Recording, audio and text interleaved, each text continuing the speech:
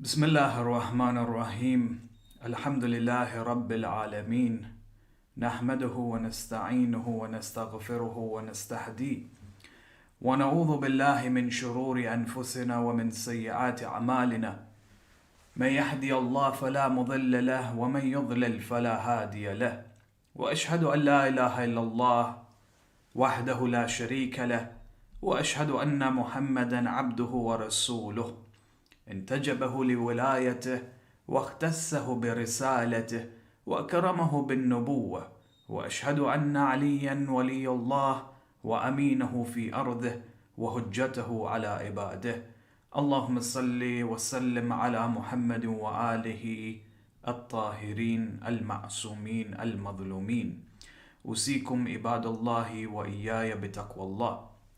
Respected elders, brothers and sisters, Assalamu alaikum wa rahmatullahi wa barakatuh. Before beginning the sermon, I admonish myself, I advise myself, first and foremost, before advising all of you, to adhere to the precepts and the disciplines of taqwa. For indeed, taqwa is that state of the human being which will enter the graves, which will enter the hereafter with us. Everything will remain behind, from our families to our wealth, our assets. Everything that we have gained in this world will leave us behind, except for our deeds and the state that we enter our graves. Taqwa is a state which has the power to illuminate our graves, and it will act as a hadi, it will act as a guide for us in the hereafter. And of course, on the day when we are all resurrected, it will illuminate our hearts when all other hearts are dark, bleak, and dead. These are the days of Ayyam Muhammadiyah. These are the days of the Holy Prophet sallallahu alaihi wasallam. The reason being is because in the past week we commemorated his shahada, but then of course in the coming days we will celebrate his wilada, we will celebrate his birthday.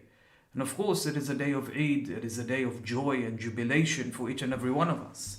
For the greatest blessing that has been given to us by Allah subhanahu wa ta'ala is to be a part of his message. It is to be a part of his movement. And his movement has existed even today, has survived to this day. For which reason? The reason why his movement has survived even today is because of his profound akhlaq. And so when we read his biography, when we examine his life from the very beginning until the very end, you find that akhlaq is a powerful, profound quality that he had, which is of course the root of his revolution. And the Quran asserts this in many different verses. It is a movement that has survived today purely because of his good morals and his good etiquettes with his family, with his friends, even amongst his enemies. When you examine the books of history, for example, there are many movements that have existed over or throughout many centuries. Movements that were initially spread by the sword, movements that relied on violence to spread its message, its values, and all the other things associated with it. But we find that these same movements and revolutions have lost its identity, have simply dissipated. And the reason being is because they depended heavily on violence to move or to spread their message. Any movement that requires violence as a tool to spread that message, it will never survive. And it won't survive for too long. And the reason being is because violence is something that we are perturbed by. It is something that we are repelled from. Violence is not something that is attractive. To shed blood is not something that is appealing to any human being. Rather, when you come across a person who is humble, a person who speaks nicely, وَقُولُوا لِلنَّاسِ حُسْنًا, a person who, for example, is forgiving, a person who is compassionate, you find that this is much more appealing to the human being, and people are attracted to qualities like this compared to, or in contrast to, violence. When he was given the upper hand, for example, when the Prophet was shown and given power even by his enemies, he chose to forgive them. He chose to let them free. He chose to allow them to come towards the religion of Islam. And I'm referring to the specific event known as Futuhat al-Makkah. When the conquest of Mecca took place, the enemies of the Holy Prophet of Islam were all subdued, but the Prophet gave them another chance. He allowed them to turn over a new leaf. Look what the ayah of the Holy Quran says with regards to the Holy Prophet of Islam. وَلَوْ كُنْتَ فَضًّا غَلِيظَ الْقَلْبِ لانفضوا من حولك. It says if you were stubborn, or if you were hard-hearted, or if you were severe in your interactions with your enemies, even with your enemies, then they would have abandoned you. Your own companions would have left you. They would have seen that your characteristics is very unappealing, and they would have abandoned your message long ago. But on the contrary, you find that the Holy Prophet shows mercy and he shows compassion even to his enemies. Now, akhlaq is one of those things that we most definitely learn from the Holy Prophet of Islam. وَلَقَدْ كَانَ لَكُمْ فِي رَسُولِ اللَّهِ أُسْوَةٌ حَسَنَةٌ. And indeed, the Holy Prophet of Islam is a great exemplar for you.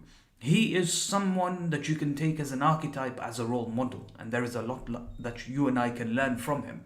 And one of these things that we can learn from him is his great noble trait, his akhlaq. And akhlaq is something that resonates with each and every one of us, regardless of where we are and which position we stand in society. I could be a president of a community, or I could be a common person. I could be a president of a country. I can be a high-ranking political official, or I could be a small businessman who just wants to look after my own family. You find that akhlaq resonates in all of our lives. Akhlaq is not something that is exclusive to one group of people without the other. It is inclusive, and it is something that is appealing to all of people, to all different classes in society. It resonates in all of our lives, and it is something that we should strive for. But you find, unfortunately, after the Prophet's demise, the people who took on power, the people who became the future leaders of the Muslim community, lost this essence. They lost this value of having good akhlaq, of being merciful, of being compassionate. You find that the Muslim leaders that took power, that sat on the throne of Khilafah, their motto was violence and bloodshed. And this is something that history attests, and this is something that history even confirms for us. If you look at, for example, the rulership of the Bani Umayyah, and you look at the rulership of the Bani Abbas, in fact, they say that the Bani Abbas were so severe that people used to recite poetry saying that we wish we were living in the time of the Bani Umayyah. As in, we would prefer the torment and the torture of the Bani Umayyah much more than that of the Bani Abbas. And so, you realize that the essence of the values that the Holy Prophet of Islam taught to his companions were essentially lost. And the victims of this violence, the victims of these bloodshed, were the Ahl al-Bayt alayhim as-salam, and of course, the followers of the Ahl al-Bayt alayhim as-salam. These are the same rulers that believed in the permissibility of shedding blood of innocent human beings in the name of Islam, as if they are doing a favor to Islam by slaughtering innocent individuals. And of course, these individuals are those who have bred new generations of ulama. You find that many centuries later, certain ulama within the Muslim community adopted these values, and they believe that these values are part and parcel of the religion of Islam, that these values of killing innocent individuals is a segment of Islam in itself. And although they are in the minorities, they are indeed loud activists. Even at this moment in time in the 21st century, they are the loud activists that continuously defame the face of Islam. Look at what happened in 2004 and 2005 when ISIS or Daesh took power. Look what they did. They destroyed monuments, they destroyed masajids, and they killed innocents along the way. And you realize that these, or their values, is something that they have inherited from their forefathers, the Bani Umayyah and the Bani Abbas. Now, having said all of this, let's turn our focus to the recent events in France, which has developed sharply and very unprecedentedly. In the recent decisions made by the President Macron, where he gave a public speech, and I'll talk about some of the points that he made in this public speech, his decisions, his words has most definitely been unwise. In fact, borderline foolish to say the least. And as a result, it's caused an outcry in the Muslim world globally. So the backdrop behind this particular incident, I'm sure many of you are aware of what happened in France. A teacher, Samuel, by the name of Samuel, was in his class, he was teaching the elements of freedom of expression and the freedom of speech. And what he does to show an example is to show one of the caricatures drawn by Charlie Hebdo. in which he shows the classroom, his students, certain caricatures of the Holy Prophet of Islam. Now, we don't know under which context he was showing these images, whether it was legitimately abusing the Holy Prophet of Islam, or just explaining the elements behind the values and the freedom of expression. We can't say for sure what happened behind that scenario in that particular circumstance. But regardless, whether it's one or the other, violence is never the answer. And it doesn't make any difference within our current discussion. And so he shows this particular picture. What happens is that after the class, as he is on his way to his home, an 18-year-old Muslim hunts him and kills him.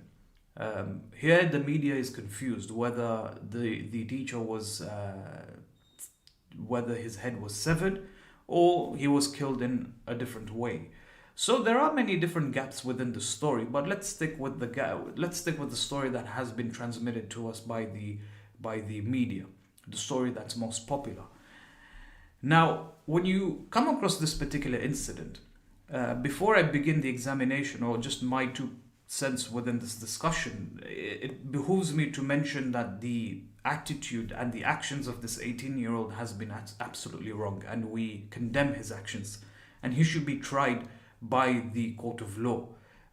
Islam no way accepts his actions, and he doesn't represent the religion of Islam.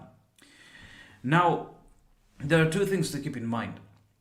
First and foremost, there are active institutions and organizations that thrive in insulting and degrading other cultures, specifically cultures that live amongst them, and people of different religions, especially in the case when they see their own cultures and their own way of life being challenged or are under threat. To see their values slowly being taken away from them is a sign of an attack, according to them. And this obviously manifests, or this anger manifests in different ways. One of these ways is drawing provocative cartoons and publishing an insult towards the Holy Prophet of Islam. Now the question is raised, when they do publish caricatures and images that insult our Prophet, how do we react? How do we respond? Of course, there should be at least some form of discomfort in one's heart. They don't necessarily, or it doesn't necessarily have to be transmitted as actions, but there should be discomfort in the heart. The Holy Prophet of Islam is someone who is beloved by each and every one of us. Otherwise, we wouldn't be Muslims. We wouldn't go out claiming ourselves to be his followers. And so when we see that our role model, as prescribed in the Holy Quran, is being insulted, we should feel insulted. We should feel discomfort within our hearts at least. These caricatures are insulting, but is it enough to allow us to react in violence? Absolutely not. I mean, if the Holy Prophet of Islam was here amongst us and he saw himself being insulted, how would he react? Would he react through violence? Would he unsheath his sword and cause a battle against these types of individuals? Of course not. We know that the Holy Prophet was the most merciful, rahmatul lil alameen. He was the embodiment of the mercy of Allah subhanahu wa ta'ala. That's one thing to keep in mind. The second thing to keep in mind is that this behavior coming from individuals like these, organizations like these, a retaliation is what they want. They want to provoke, they want to serve violence, and they want to bring out bad in some people. Now, this 18-year-old youth was really what they were looking for. His actions were absolutely wrong, and it has no place in the religion of Islam, and I have to repeat this. He should be held responsible for his ugly actions. Now, when this particular incident takes place, you find that Macron publicly delivers a speech, and in the speech he honors the slain teacher, and he gives him a honorable funeral, which is understandable, and then after that he gives him a Medal of Honor, which was very much questionable by many people throughout the world. I mean, what makes this person a hero in particular?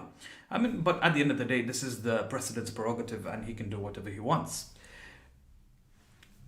Thereupon, in his speech, he says that France will hold the right to draw caricatures and images insulting any figure they want, And they will hold value to these because this expresses the freedom to this is a manifestation of expressing one's thoughts and one's ideas. This is a freedom of speech. This is a freedom to express one's ideas. Now, is it really the freedom of expression, or is it the freedom to insult?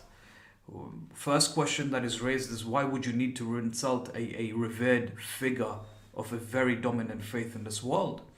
Which person in their common sense or in their logical mind believes that it is perfectly fine to insult a revering figure of a group of people that exceeds over 1 billion in population currently today? And to pass it all off as a freedom of speech or a freedom of expression is a form of belittling the intellect. These images thereupon were projected. These caricatures were then projected, enlarged on huge governmental buildings. In fact, the biggest buildings in France, and they were projected for many, many hours throughout the night. This attack was an attack towards the religion of Islam. It wasn't an attack on the minority, the extremists who see violence as the only answer to any threat that comes along to them. And I don't think there is any man with any common sense that is able to justify the actions of the president at this moment in time. In fact, I believe that he has insulted all those who have voted for him in that particular position to represent them as the leader of their country. When you come towards the Holy Quran, you find that the Holy Quran has a beautiful verse. Allah subhanahu wa ta'ala, when he speaks to the Prophet of Islam, he says, Ya Rasulullah, or even the Muslims, when you interact with the mushrikeen of Mecca, do not insult their gods, because their gods are valuable to them.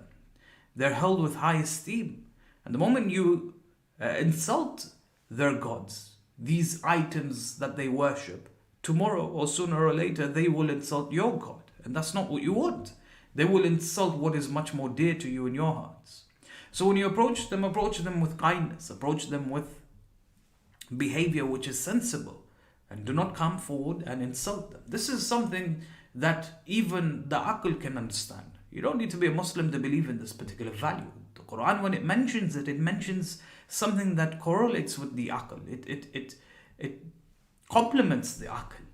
And so when you have the president of a country who publicly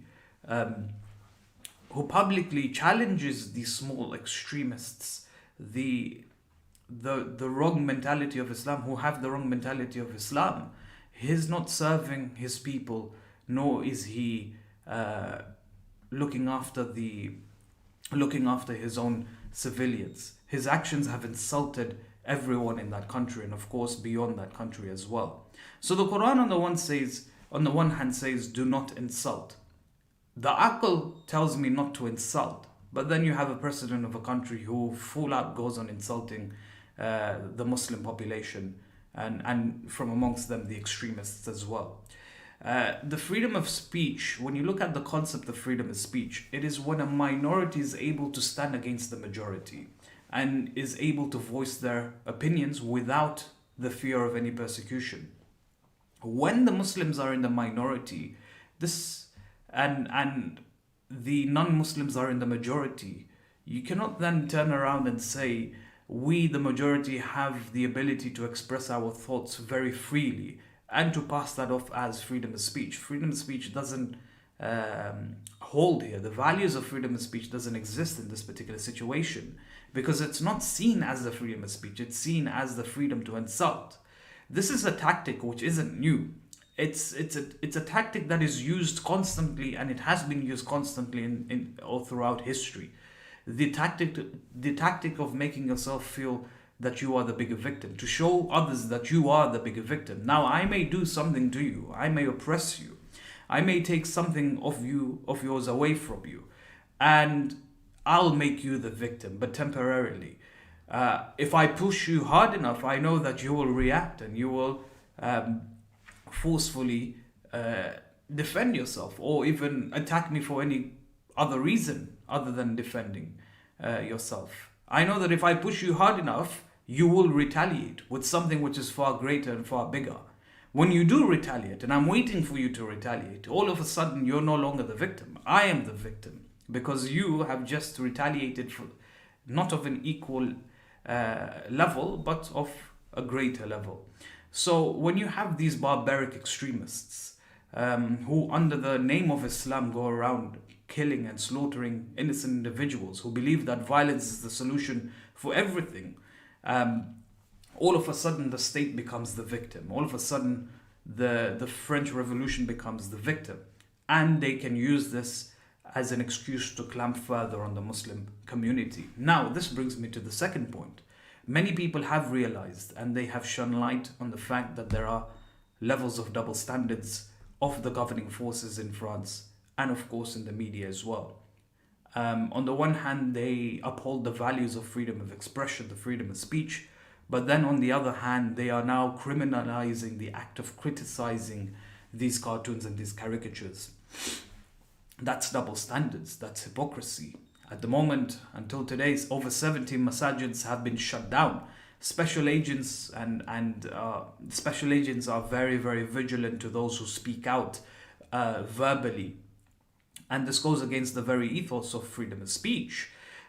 These special agents are going around arresting people, especially those who are very verbal against what is happening currently in France today. More than 50 charities are in or may potentially face the solution, including the CCIF, the organization that goes by Collective Against Islamophobia in France. So again, this goes against the very ethos of freedom of speech. Again, to portray anger is a critical act. Again, this involves special agents, and they have the free liberty, or they have the liberty to arrest anyone who shows anger when these caricatures are published or projected publicly. Their message is very loud, it's very clear that Muslims should embrace criticism and mockery, especially towards that which is most sacred to them. But at the same time, they have very low tolerance to those who criticize Israel, those who criticize Zionism and their policies. Again, this goes against the ethos of freedom of expression. Accusing, the French government has been very vocal about this area as well. They have constantly accused the Muslims to be separatists, and this is something that Macron highlights in his speech as well, that Muslims do not want to integrate within society, but at the same time they insist calling the Muslims as and even treating them as outsiders, purposely not making them feel that they are part of France's nation. Now, France itself has to come to an understanding. They have to admit that it is now a multicultural society, and it should embrace as such. You find that this particular incident has caught the media's attention, but then on the other hand, there are many cases of Islamophobia that has erupted because of this incident, which the media has not captured, which the media has failed to broadcast to the people. You find, for example, 2 women who were stabbed under the Eiffel Tower, and they were called dirty Arabs.